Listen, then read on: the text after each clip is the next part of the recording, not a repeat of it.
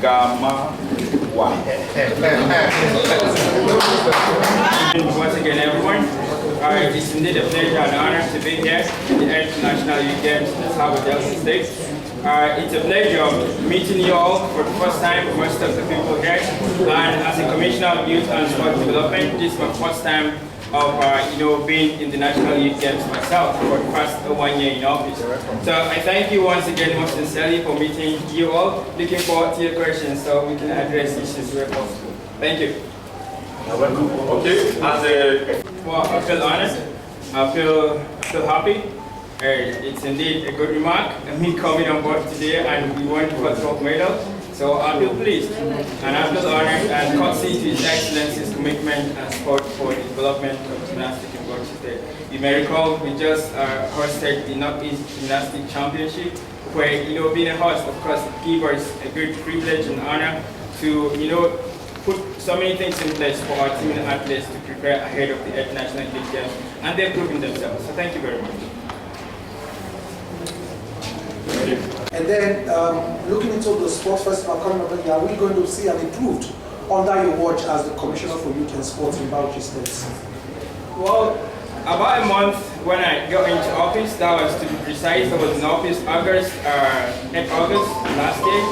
I was in office, that was during the 7th National Youth Games. I was trying to look into, the past and plan for the future ahead of, seeing how we can further increase the developmental stride of sport development in Bauchi State. I wasn't available, I wasn't around for the 7th Games because as of then, we were putting things in place to create what we call strategic roadmap and action plan.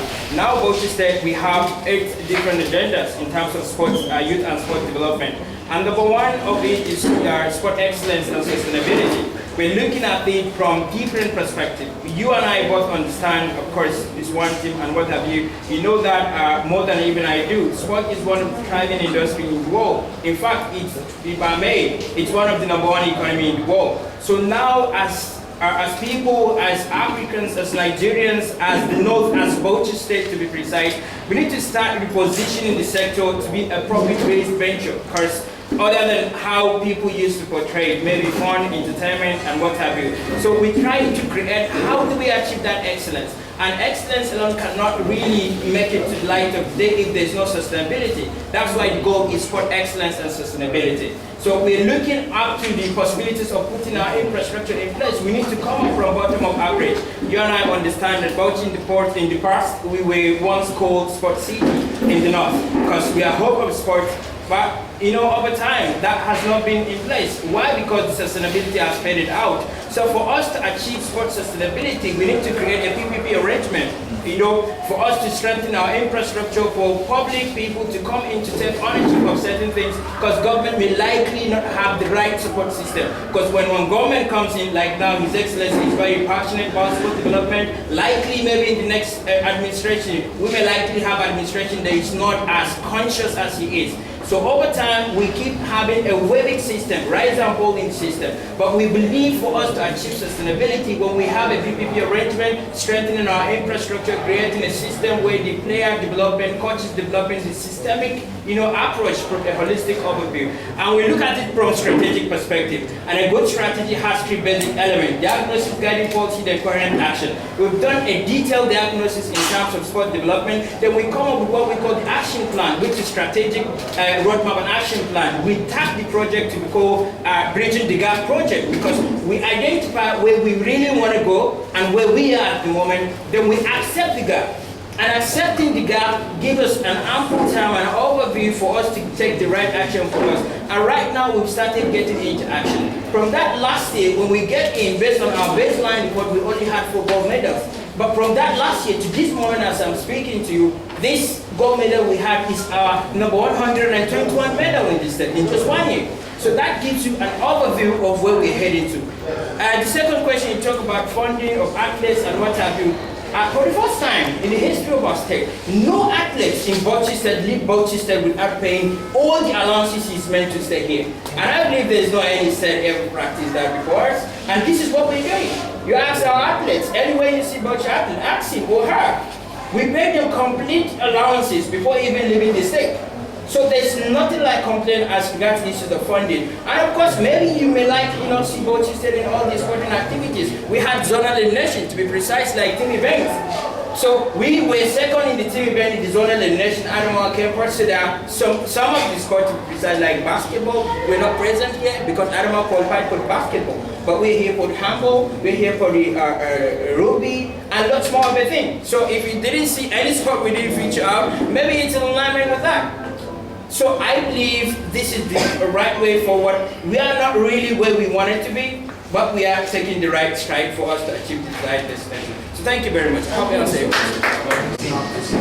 And when the Honorable Sports Minister has education, and we want to know your take about that. What are the reasons? Thank you. Years ago, for like 43 years, Bauchi never host a sport festival to when we come involved. We just finished our sport festival, I think 2 months ago. That's the second since creation of stage in the past 43 years. That's to give you an overview of the gap we've already created in the system. So limiting the age maybe from 15 and what have you downward, we already have an existing gap, long up. So for me, I'm in support of that because I'm a man of inclusivity and I believe in that development, as the case may be, reference to their own guiding policy and whatever, So thank you very much. Is when someone says under 15 or under 17 does not negate anybody from participating in it. It's just to expand inclusivity. So for me, it's inclusivity.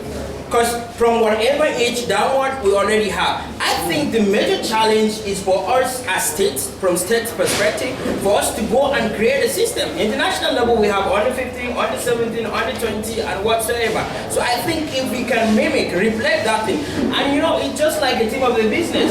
3 things happen in business. You imitate, you iterate, and then you innovate. So we imitate. If state can, imitate from the parent perspective, I think the age inclusivity is going to come handy. When we imitate, then we iterate. We iterate, we master the art. And that has to do with us, like now coming on board, having to have a sport festival in place to reiterate the system, to create sustainability without the gap. The more there's no gap in the system, the more inclusive people are coming. And we're going to be like a ladder. As government, our own major priority is to create a platform for people to champion their goal, to create a dream and to transport it. So when we have that inclusivity, we transport it for every year festival. We reiterate the system. When we master the art, then we innovate. We innovate it's in terms of the emergent practices, the global perspective. I've been in about 10 European countries just to learn how do they develop their sport. In just this year, I've been over 10 countries, understanding the system so that we can imitate. When we imitate, we iterate. Then we iterate, then we master the art to innovate in the system. So I think it's all in comparison, in my own opinion.